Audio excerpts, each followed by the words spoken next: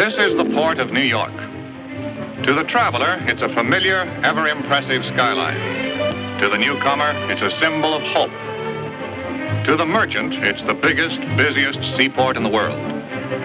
But to others, it's a battleground. And a battle is constantly waged against illicit traffic in contraband and against the unknown forces who deal in the most dangerous of all contraband, narcotics.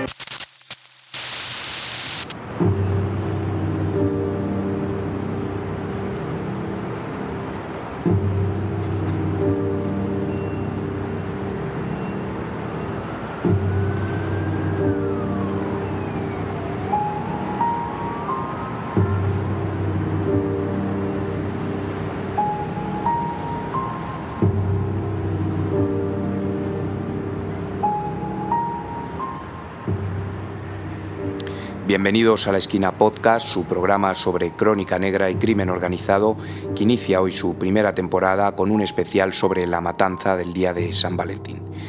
Antes de comenzar, queremos saludar a todos los amigos que han escuchado el episodio 0 y que han decidido acompañarnos hoy también en esta nueva aventura que nos llevará por las calles del Chicago de Al Capone. Empezamos.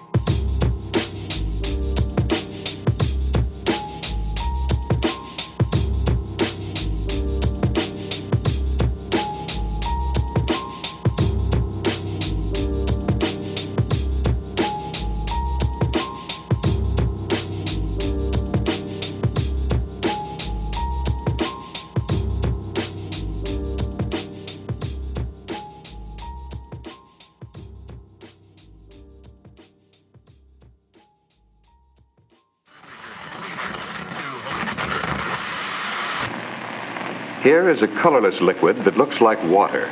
It has a pungent odor and a burning, sweet taste.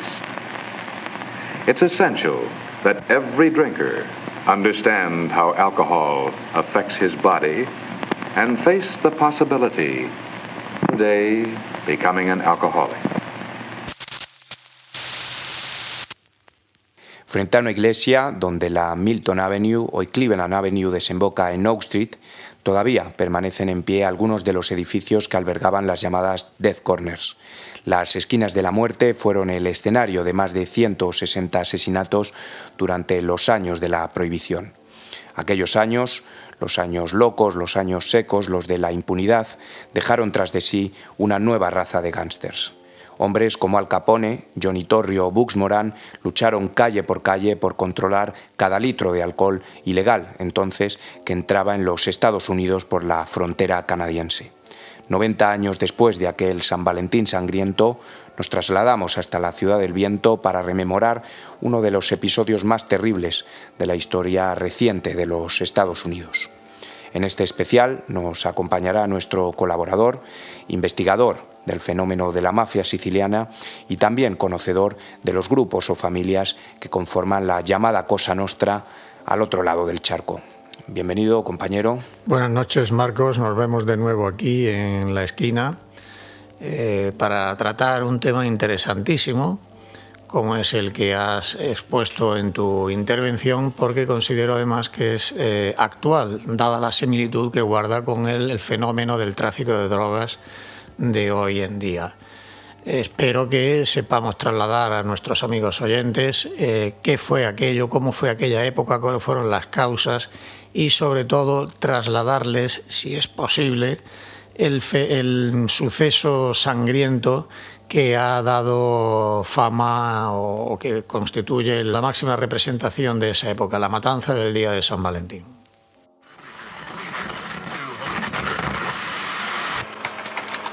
The law that was supposed to make the country dry did everything but just that. Spawned a decade known as the Roaring Twenties, Jazz Age, the lawless years. Whatever it was the American people expected to get out of this noble experiment, I'm not sure. But bootleggers, moonshiners, hijackers, rum runners, gangsters. Es difícil entender lo que sucedió en aquellos años 20 y 30 en Chicago sin hablar de uno de sus elementos más importantes, como es la ley seca, el Acta Volstead. El rostro de la prohibición, además del de Al Capone, es el del senador republicano por Minnesota, Andrew G. Volstead, quien promovió el acta de prohibición. De manera muy general, podríamos decir que la prohibición afectó a todo tipo de alcohol, con ciertas excepciones, como eran el vino litúrgico que utilizaban los curas católicos y también los rabinos judíos. En el sentido más estrictamente propagandístico, muchos de los grupos de presión puritanos se encargaron de difundir publicidad sobre los daños morales, físicos y psicológicos que provocaba el alcohol, fundamentalmente en el ámbito de la familia. La represión de los delitos relacionados con el acta Volstead recayó primero en el Departamento del Tesoro y desde 1930 en el de Justicia. Es difícil no recordar la figura de Eliot Ness. No sé si nuestro colaborador recuerda alguna película o serie que... Sí, cómo no, la que es, yo creo que conocida por todo el mundo, la más famosa, la más reciente, Sí.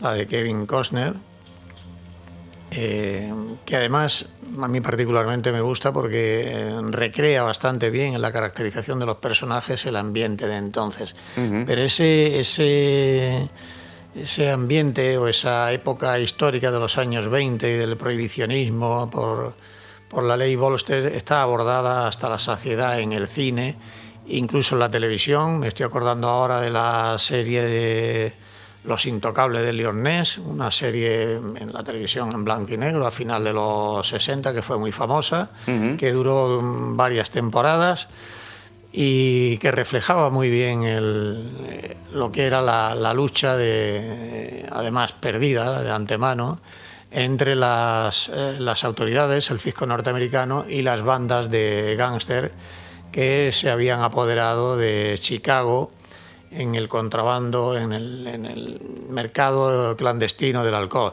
Y no solo de Chicago, eso ocurría también en Nueva York, en Nueva Orleans y en todas las grandes ciudades norteamericanas, porque hay que tener en cuenta que el prohibicionismo, lo que es la prohibición del consumo, elaboración y distribución de alcohol, es un objetivo que ha tenido o mejor dicho, un objetivo de las autoridades que tiene una base religiosa.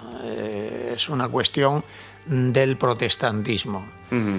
Frente a los que evidentemente estaban en contra de la prohibición, que eran católicos. Nada más que hay que ver quién constituía las bandas en Chicago para darse cuenta de esta dicotomía protestantismo-catolicismo. Las bandas que predominaban en Chicago estaban formadas por italianos, por irlandeses y por elementos polacos, todos católicos.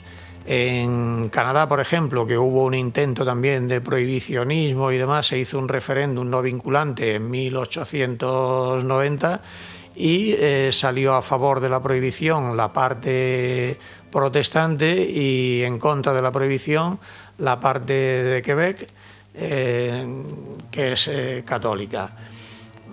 Quiere decir esto que ahí había una pugna, una base, una raíz de carácter cultural y religiosa. ¿Quién impulsó la ley Volstead antes de que fuera promulgada? Pues grupos feministas muy potentes, muy bien organizados, que tenían su nacimiento en el último tercio del siglo XIX. En concreto, la más poderosa fue la Unión Cristiana de Mujeres por la Templanza. Su líder desde 1879 fue la maestra y periodista Frances Willard, pero hubo también otros movimientos feministas de lucha contra el consumo de alcohol, como la Anti-Salon League, que incluso presionaban contra el consumo de alcohol de forma violenta. Su exponente más claro era una mujer, Carrie Amelia, que le llamaban la rompetoneles porque al frente de su grupo de mujeres entraba en la taberna y con un hacha rompía a hachazos los toneles. Bueno, estos grupos llegaron a tener enorme fuerza social y política hasta el punto de conseguir la culminación de su presión política en la votación y éxito y promulgación de esta ley Volstead. Luego los resultados, si fue un éxito o no, eso ya cada uno pues tiene su opinión. Yo particularmente considero que fue un desastre la prohibición, como es un desastre hoy en día la prohibición de las drogas. Perfecta comparación. Todos vemos en qué para, ¿no? Es como ponerle un poco puertas al campo. Sí, porque además lo que estaba en juego fundamentalmente era el consumo, no solo el tráfico. Bien, en este mundo de la ley seca, de la prohibición del Chicago de los años 30, hubo un repunte o una transformación más bien de las bandas que operaban en la ciudad y que dirigieron su actividad fundamentalmente al tráfico de alcohol ilegal. Ahora vamos a hablar un poco de cómo eran esas bandas italianas, irlandesas, con algunos elementos polacos, como ha comentado nuestro colaborador, y entraremos un poco en aquel ambiente en el que nacen figuras tan apasionantes y tan conocidas como Al Capone.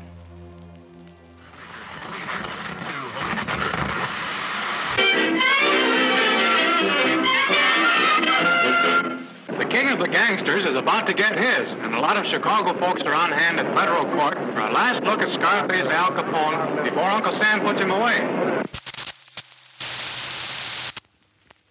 Para entender lo que ocurrió aquel 14 de febrero de 1929, debemos detenernos en el mundo de las bandas del Chicago de los años 20 y 30 y también en una de las figuras probablemente más llamativas de aquella época, como es Al Capone. Al Capone, dice Andrew Sinclair en el prólogo de la biografía escrita por F.D. Paisley, fue en el campo del crimen lo que J.P. Morgan en Wall Street, el primer hombre que ejerció una influencia nacional en su especialidad. Sin embargo, no fue Lampa, como indica Sinclair, quien dio el poder a Al Capone, sino hombres que regentaban negocios legales y también con influencia en las esferas políticas. Fue un icono que desde luego todavía hoy en día despierta el interés no solo de los ciudadanos norteamericanos, sino también de todo el mundo. No sé si nuestro colaborador estará de acuerdo. Totalmente de acuerdo, Marcos. Al Capone es una figura emblemática de lo que es el gangsterismo, ¿no? Si alguien quiere decirle a alguien que es un gángster, probablemente le viene a la memoria Capone, Alfonso Gabriel Capone, de ascendencia italiana, pero nacido en Brooklyn, en un distrito de Nueva York. Él siempre que tenía ocasión presumía de ser muy norteamericano y efectivamente lo era. Pero su base cultural, sus raíces eran italianas.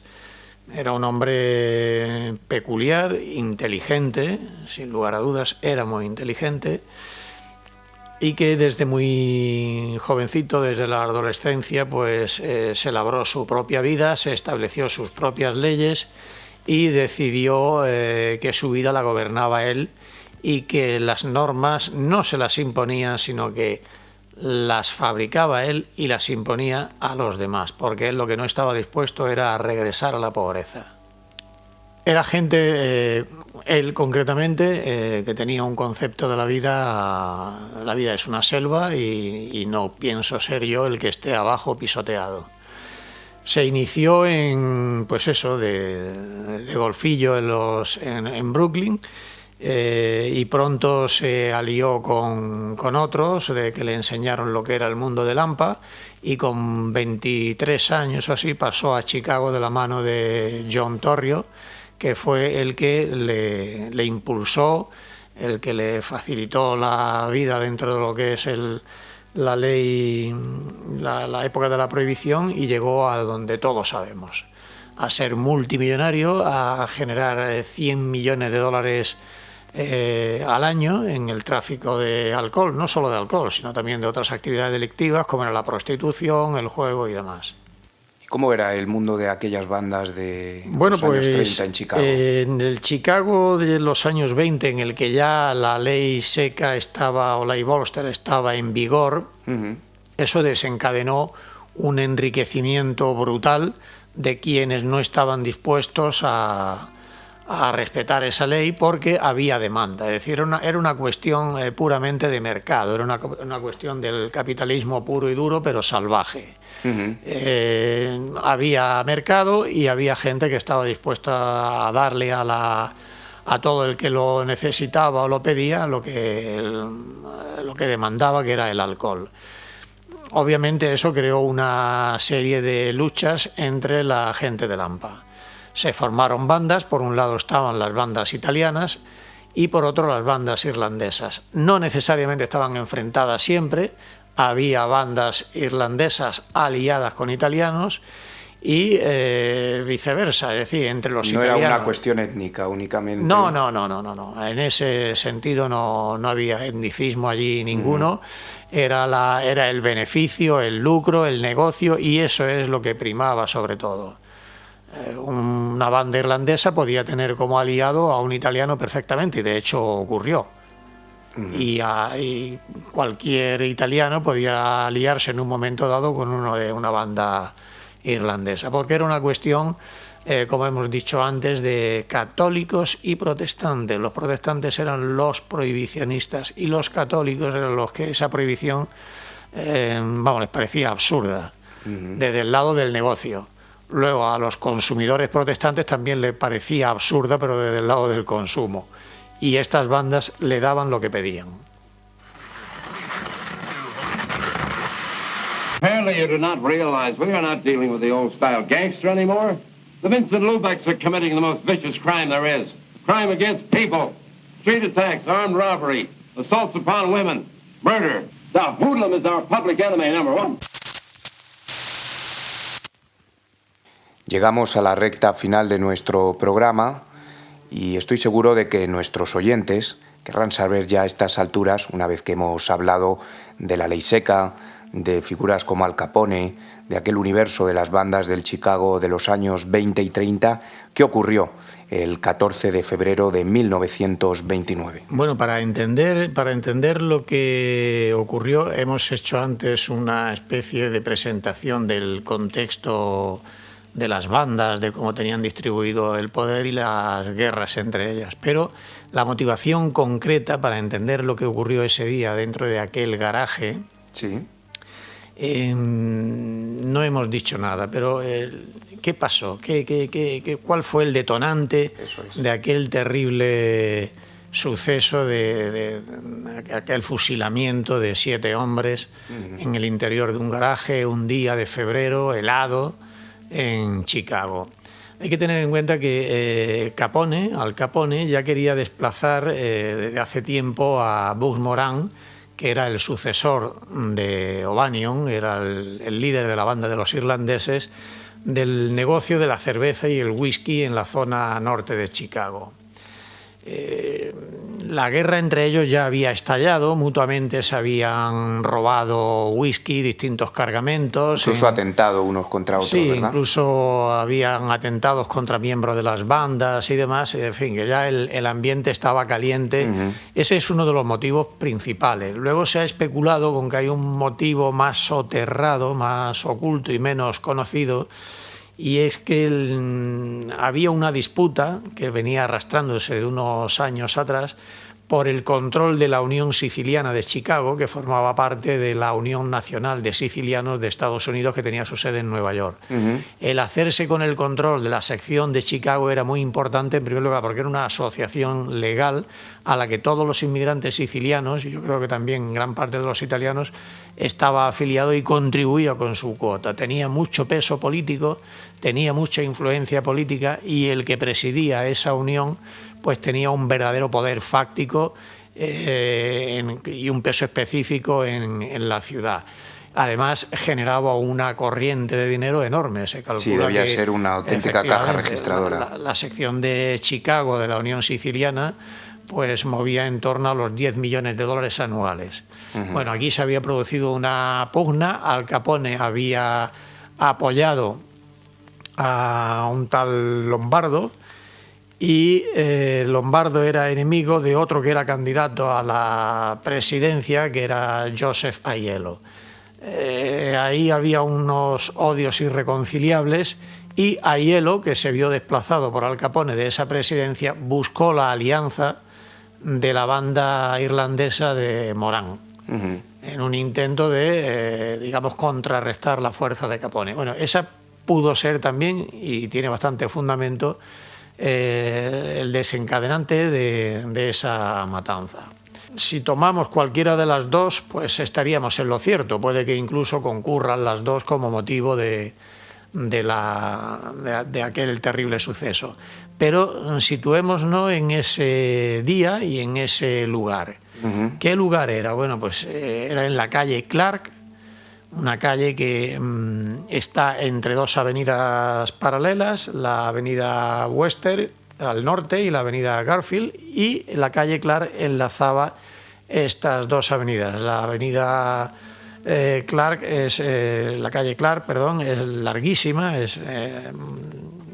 se pierde en el sur de Chicago, y en su número 2122, 2122, había un garaje de ladrillo visto. En realidad era una tapadera de un depósito de distribución de licores de la banda del norte de Chicago, la que lideraba Bugs Moran, y allí pues se reunían bajo la tapadera de que era un taller mecánico, sí, y desde allí planificaban su distribución del alcohol clandestino. Ese 14 de febrero de 1929, dentro del local, un sitio pues típico de un garaje, con una entrada muy pequeñita, con un gran ventanal a la izquierda de la puerta de acceso al local. Además, ese ventanal estaba pintado de blanco, evidentemente para que al caminar por la calle no se viera el interior. Allí pintaba SMC Cartas Company, lo cual da idea que era una tapadera. Una tapadera, sí. Totalmente, efectivamente. Desde la calle se accedía a una oficina que iba de lado a lado del garaje. El garaje tenía una planta rectangular de unos 36 metros y medio por 18 y pico de ancho. Accedías a la oficina y en el lado opuesto a la de entrada de la calle se accedía ya a lo que era el local propiamente dicho. ¿Y qué hacían estos hombres allí? Bueno, estos hombres estaban allí, había 7 hombres que, como coincide el aniversario de su asesinato, voy a decir quiénes eran. Sí, por favor. Eran Frank Gusenberg, su hermano Peter Gusenberg, James Clark, cuñado del jefe de la banda, de Gus Moran, Adam Ears, que era un contable experto, también miembro afianzado de la banda, John May, que era el mecánico del garaje, su especialidad era el volar cajafuertes, Alfred Wissenhack, y un último personaje curioso, también miembro de la banda, Reinhard Swimmer. Y digo curioso porque este hombre era médico ejerciente. ¿Y qué hacía en un garaje con un montón de gángsters?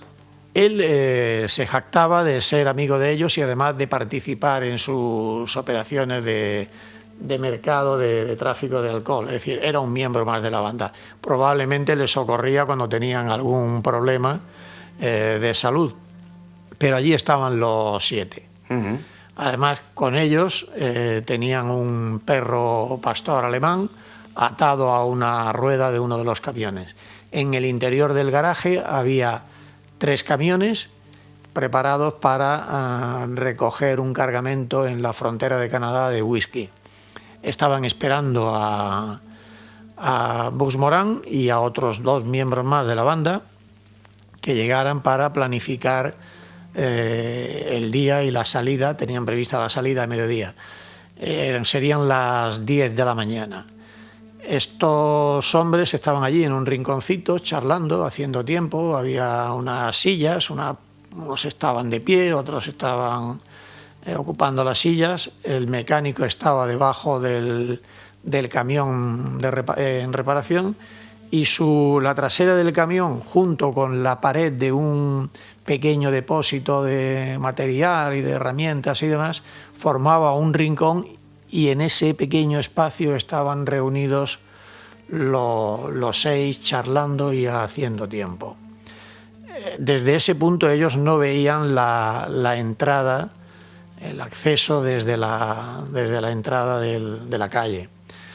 Este garaje tenía también, en la parte opuesta a la de la entrada, un portón de salida a un callejón por la que entraban los camiones. Y dentro del garaje, no sé si lo he dicho, había 3 camiones puestos formando un pasillo. ¿Y de los asesinos se sabe? Los asesinos, lo que se sabe de ellos es que un vehículo al menos parecía de la policía, porque era exactamente igual al de la policía, un Gran Turismo negro, con su sirena puesta y demás, dobló la esquina de la avenida Webster. Desde el norte comenzó su bajada por la calle Clark. Curiosamente tuvo un pequeño roce con un camión. Se paró incluso el camión y el vehículo. El chofer del vehículo le dijo al del camión que no había sido nada, que continuara. Se subió de nuevo, llegó a la puerta del garaje y venía ocupado por 5 individuos. 5 individuos que... Dos de ellos iban uniformados de policía y los otros 3 iban de paisano, de civiles. Entiendo que eran disfraces. Efectivamente, por lo menos los policías evidentemente iban disfrazados. Se quedó al volante uno de los que iban de paisano.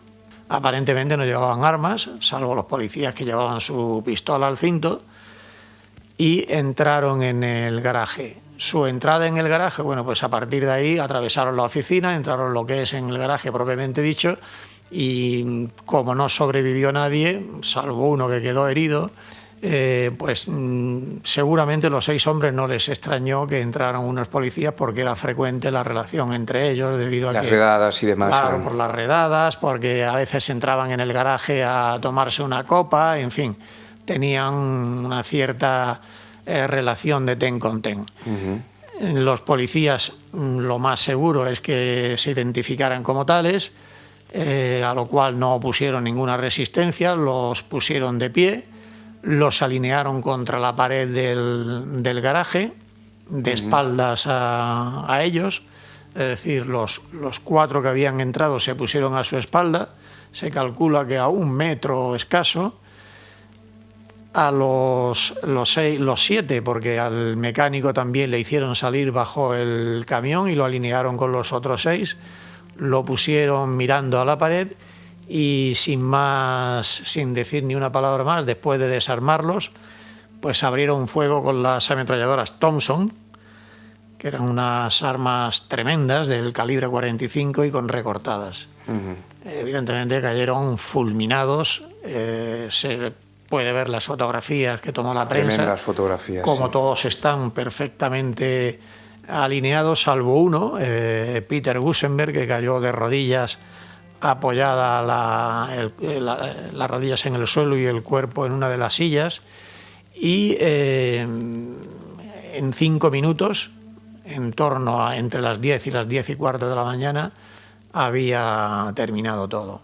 ¿Y la salida de los asesinos? Bueno, la salida incluso la hicieron con su escenografía y demás, porque los 4 que entraron salieron tranquilamente, sin correr ni nada, el coche aparcado con el conductor en la puerta, y escenificaron una detención, puesto que los 2 uniformados iban detrás de los de paisano, le dieron unos empellones como si acabaran de detenerlos, los metieron en el coche y siguieron hacia el sur por la calle Clark, se perdieron por la avenida Oaks y probablemente en el laberinto de las calles de Chicago.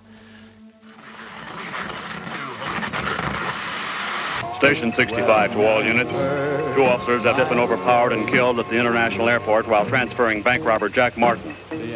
Martin is described as 6 foot 2 inches, 210 pounds. Is believed to still have handcuffs on one wrist. This man is armed and extremely dangerous. Extradition papers and warrants for jewel theft, bank robbery, and homicide on file at Central Division. De los 7 que había, uno, Frank Gusenberg, quedó malherido, se arrastró del grupo intentando llegar a la salida a unos 6 o 7 metros. Ya vino gente, alguien entró, una mujer, una vecina que vivía arriba, al oír los disparos bajó, no se atrevió a entrar, pero un transeúnte sí entró y vio aquel espectáculo dantesco. Los regueros de sangre que llegaban hasta un sumidero que había en el centro del garaje. A este malherido, a Frank Gusenberg, lo evacuaron al hospital y él en todo momento, en el poco de vida que le quedó, en las 3 o 4 horas que vivió, él manifestó al capitán de la policía que habían sido policías los autores. Sí, esta gente murió pensando en todo momento que habían sido policías quienes habían disparado contra ellos. Porque evidentemente, si no fuera así, era gente del AMPA que no se deja poner contra la pared así como así si tiene la menor sospecha de que van a ser masacrados como fueron. Y he hablado al comienzo de la masacre del día de San Valentín, en la introducción sobre el tema, de un único testigo que queda vivo, porque acabamos de mencionar uno de ellos que murió en el hospital, si no me equivoco. Este testigo es curioso porque nuestros oyentes pueden encontrar en cualquier búsqueda de Google o en los archivos de la policía de Chicago o en cualquier fuente periodística un perro, pues la foto de un perro. Ese fue el único testigo de aquella masacre que evidentemente se llevó el secreto de cómo ocurrió exactamente consigo.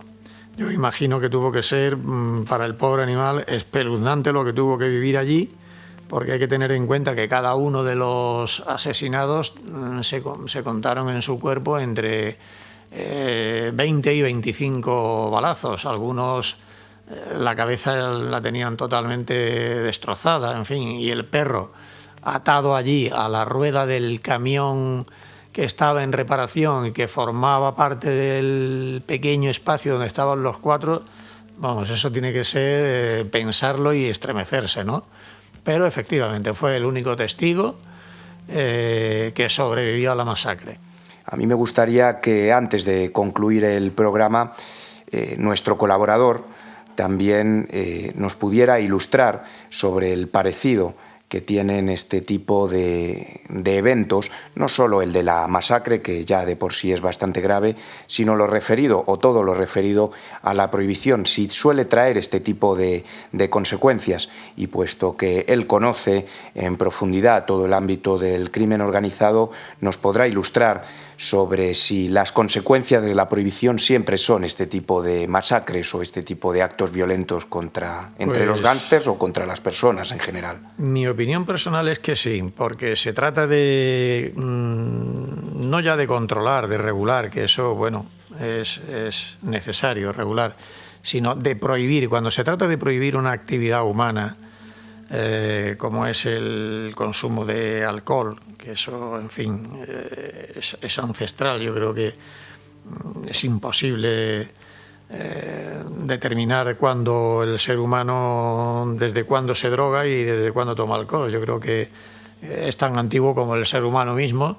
El tratar de prohibirlo no es el camino para luchar contra los efectos perniciosos que pudiera tener o que tiene el alcohol y las drogas. Y eso lo estamos viendo actualmente con el tráfico de drogas. Entre el tráfico de drogas y la época de la prohibición de los años 20 hay una cantidad de similitudes enorme. Ahora todos sabemos lo que son las mulas, ¿no? Sí. Efectivamente. Bueno, pues ya entonces había mulas del alcohol. En la frontera de México, como ahora.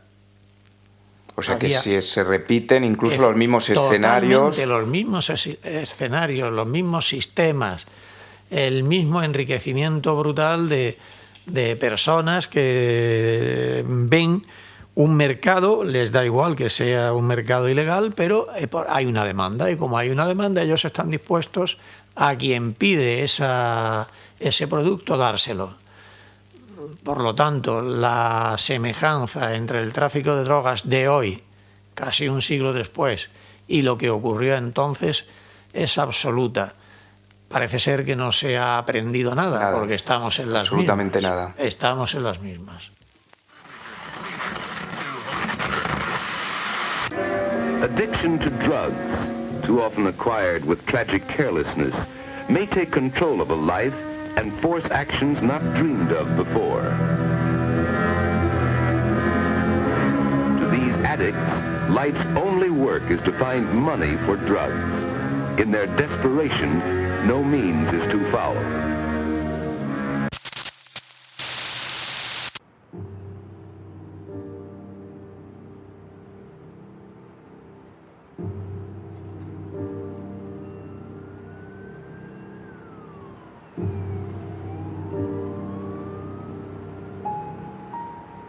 Muchísimas gracias por habernos escuchado. También queremos agradecer, por ser una ocasión especial, la intervención de nuestro colaborador en Charlas en la Esquina. Gracias, Marcos, por haberme invitado nuevamente a La Esquina y haberme permitido compartir con vosotros este tema tan interesante, y yo diría que, aunque han transcurrido 90 años, tan actual por las razones que hemos expuesto antes. Un placer, como siempre, escucharte, tenerte aquí con nosotros en La Esquina. Ya sabes que formas parte de nuestro equipo.